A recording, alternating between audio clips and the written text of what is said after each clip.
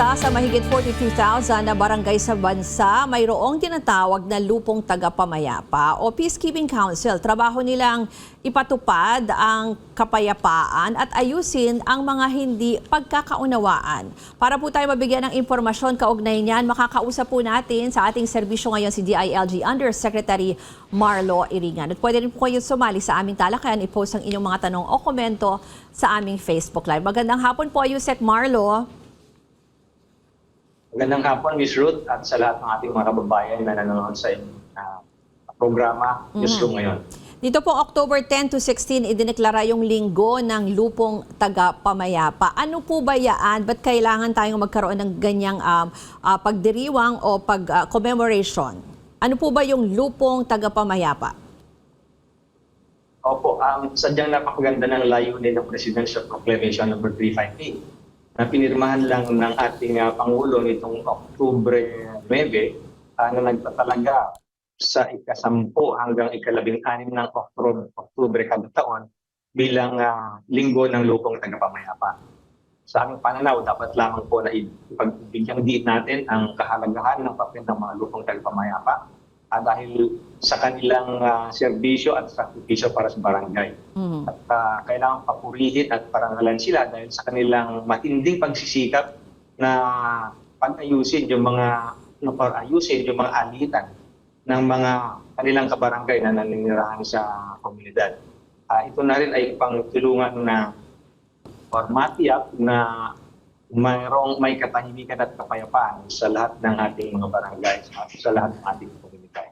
Ito pong lupong tagapamayapa ay, sa katulad ng nabanggit ninyo, ay binuo sa lahat ng mga barangays sa buong bansa. Ito ay alinsunod sa provision ng Republic Act 7160 or yung Local Government Code na pinasa ng ating mga mambabatas noong 1991.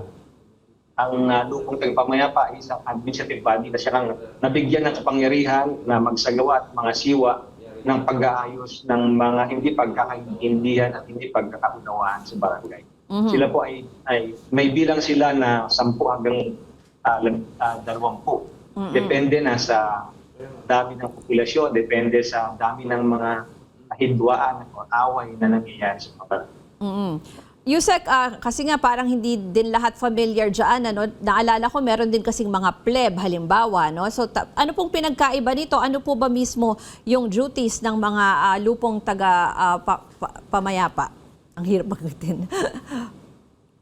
Yung pleb po ay ito po yung binuo sa pamamagitan ng Republic Act 6975 at saka Republic Act 8551 na siya namang pwedeng dulugan ng reklamo ng mga mamamayan kung ang inirereklamo nila ay mga pulis. Okay. So, yun po yung sa pleb. Itong lupong tagapamayapa ay ito naman ay siyang nabigyan o naitalaga na pwedeng mag-areglo ng mga hindi pagkakaunawaan ng mga tao sa barangay. Ito yung mga simpleng mga kaso ng mga magkakapitbahay na nabanggit ng sa Republic Act 7160 ay pwedeng ayusin ng lupong tagapamayapa. Particularly kung ang offense o yung hindi pagkakaunawaan o yung away ay mayroong punishment not exceeding 1 year or a fine not exceeding 5,000 pesos. So iyon po yung mga pwedeng ayusin o aragluhin ng lupong tagapamayapa. Halimbawa po, para may idea po kami, pakibigyan po kami halimbawa ng mga offenses na inaayos po dyan ng mga council na ito. Yung sabi nyo, not exceeding 1 year or a fine of 55,000 pesos.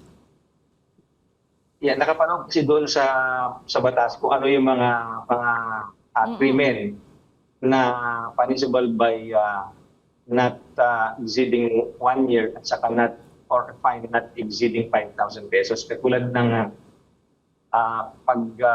pagkaakusa sa isang tao na nagnakaw ng mga prutas, na pumutol halimbawa ng puno ng mangga. So ito po yung mga kalimitan ay dahilan ng hindi pagkakaunawaan ng mga tao dun sa barangay.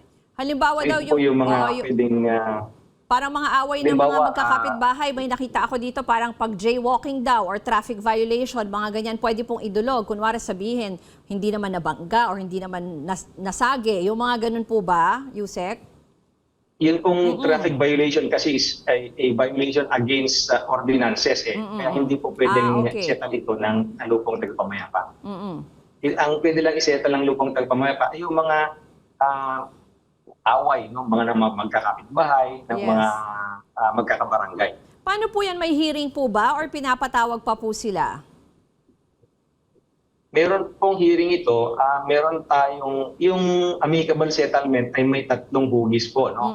Unang-una, may tinatawag tayong mediation. Yes. Yung mediation ay yung pag-areglo ng punong barangay bilang chairman ng lupong tagapamayapa. Mm-mm. So mediation po ang tawag doon. Ngayon, nabigyan ng punong barangay ng 15 days na areglohin o isettle yung hindi pagkakaunawan o yung pag-aaway ng mga tao sa barangay. At pagkatapos ng 15 days, kung hindi niyan areglo, ay pwede nang dalhin sa tinatawag natin na pangkat ng tagapagkasundo. Mm-mm. Ito na po yung tinatawag na conciliation phase. Itong pangkat ng tagapagkasundo ay banggagaling dun sa lupong tagapamayapa na binuo sa mga barangay. Mm-mm. So yung halimbawa, si Juan de la Cruz at saka si Pedro, nag-away sila, mamili si na Juan at si Pedro ng tatlong tao mula doon sa lupong tagapamayapa na siyang mag-aareglo nung kanilang hindi pagkakaunawaan, kanilang pag-aaway. Mm-mm. Sige, Yusek. And then, Okay. pag hindi sila nagkaayos at nag-agree sila na bahala na kayo. Bahala na kayo na magdesisyon. Binibigay na nila ang desisyon sa miyembro ng lupong tagapamayapa. Ang tawag po natin doon ay arbitration. Okay, So yun sige. po yung mga iba't ibang forms Paraan, oo. of settlement, amicable settlement in barangay. Sige po, ipagpatuloy natin ang ating usapan tungkol dito sa mga peacekeeping council sa mga barangay. Kasama pa rin si DILG Undersecretary Marlo Iringan sa pagbabalik ng newsroom ngayon dito lang sa CNN Philippines. Balikan natin ang ating serbisyo ngayon kasama si Interior Undersecretary Marlo Iringan. Pinag-uusapan natin itong mga peacekeeping council sa mga barangay. Yusek, binanggit nyo kanina no, yung iba't ibang klase ng paraan para masettle yung dispute mediation, conciliation, arbitration. Paano po pag hindi sila pabor dun sa mga naging desisyon or talagang kailangan mag-compromise? Kasi yan yung isang huling sinabi niyo, yung arbitration, yung nag-agree na sila. Pwede pa ba yung i-apela or may iba pa bang paraan pag hindi sila payag dun sa desisyon? Ay, wala pong audio. Hindi po marinig, Yusek. Sorry. Go ahead. Tama po kayo. No? Halimbawa po, ibinigay na nila doon sa lupong tagapamayapa ang desisyon, no? Para maayos yung kanilang alitan at hindi nila gusto yung desisyon. May tinatawag po tayo na period of repudiation na kung saan ang bawat party ang nagreklamo o kaya yung nirereklamo ay may 10 araw nang sa ganun ay bawiin yung desisyon na binigay ng mga lupong tagapamayapa. Pwede Okay. po yun.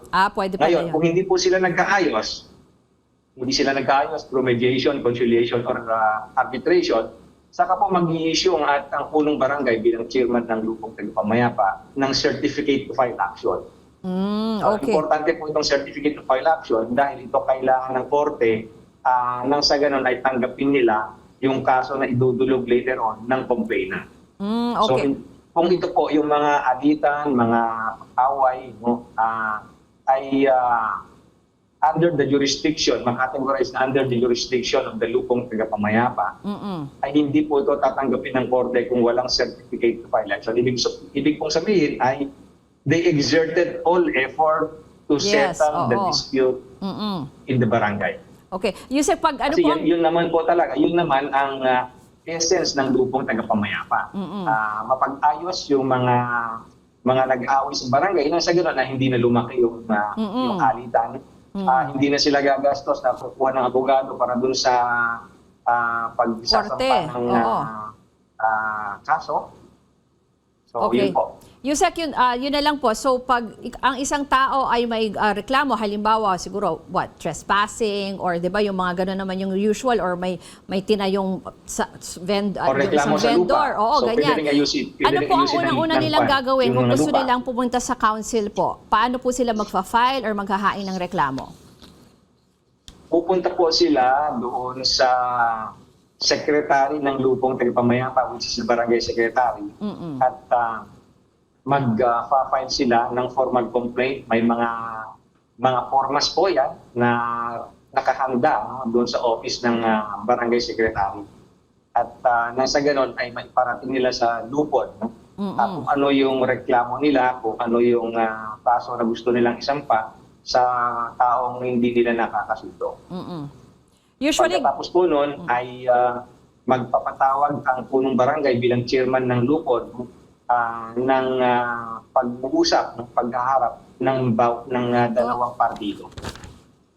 usually po gaano katagal po ang maasahan para maayos po ito? Kasi may binanggit kayo kanina na parang 15 days na sagutan ba yan? Or yung magbibigay sila ng response? Gaano katagal po ito? Yes, usually? normally 15 days, yung mediation is 15 days. No? Pero kung sa pananaw ng punong barangay bilang chairman ng lupon, ay kaya niyang ayusin pa. No?